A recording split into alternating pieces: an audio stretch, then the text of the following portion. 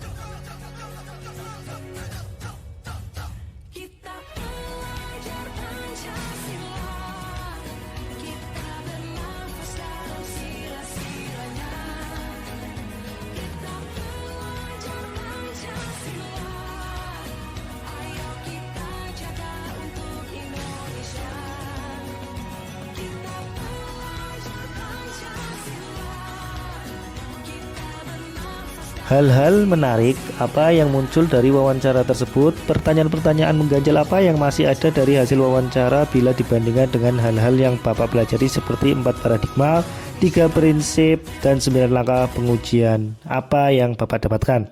Hal yang menarik yang muncul dari hasil wawancara kepala sekolah yaitu Bapak Ahmad Suwadi SPD SD selaku Kepala SD Negeri 02 Tundagan dan Bapak Waluyo SPD SD selaku Kepala SDN 04 Bongas, yaitu pengambilan keputusan terkait permasalahan murid berdasarkan hasil wawancara masalah dilematika. Yang dibahas atau menjadi topik kedua kepala sekolah salah satunya itu tentang adanya permasalahan terkait murid, di mana kepala sekolah sangat berhati-hati dalam pengambilan keputusan.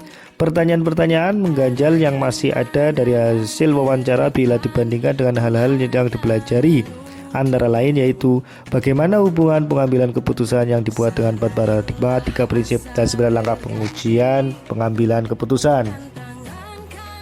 Bagaimana hasil wawancara antara 2 sampai 3 pimpinan yang Bapak wawancarai? Adakah sebuah persamaan atau perbedaan? Kira-kira ada yang menonjol dari salah satu pemimpin tersebut? Mengapa? Apa yang membedakan? Persamaan hasil wawancara antara 2 kepala sekolah yaitu pengambilan keputusan yang berpihak pada murid, memperhatikan nilai-nilai kebajikan universal seperti rasa keadilan dan rasa kasih sayang. Dan keputusan tersebut yang jelas dapat dipertanggungjawabkan kepada institusi dan masyarakat. Perbedaan hasil wawancara antara kepala sekolah yang saya wawancarai yaitu Bapak Ahmad Suwadi SPD lebih rinci dan detail dalam menjelaskan langkah-langkah dalam pengambilan keputusan. Sedangkan Bapak Waluyo SPD lebih secara umum dalam menjelaskan langkah-langkah pengambilan keputusan walaupun keduanya sama-sama memberikan contoh dan keputusan yang diambil berpihak pada murid. Apa rencana ke depan para pimpinan dalam menjalani pengambilan keputusan yang mengandung unsur dilema etika? Bagaimana mereka bisa mengukur efektivitas pengambilan keputusan mereka?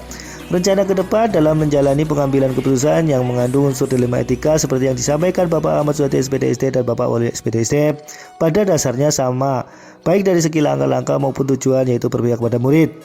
Maka berdasarkan hasil tersebut dalam pengambilan keputusan harus dilakukan secara kolaboratif dengan berbagai pihak yang terkait dan tentunya berdasarkan 4 paradigma, 3 prinsip dan 9 langkah pengambilan keputusan. Sedangkan efektivitas pengambilan keputusan dapat dilihat hasil keputusan yang telah dibuat.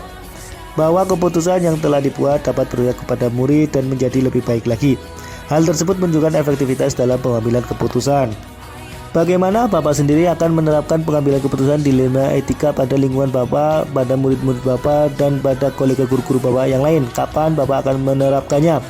Penerapan pengambilan keputusan dilema etika pada lingkungan murid-murid dan pada kolega guru-guru yang lain tentunya berdasarkan 4 paradigma, 3 prinsip, dan 9 langkah pengambilan keputusan yang telah dipelajari.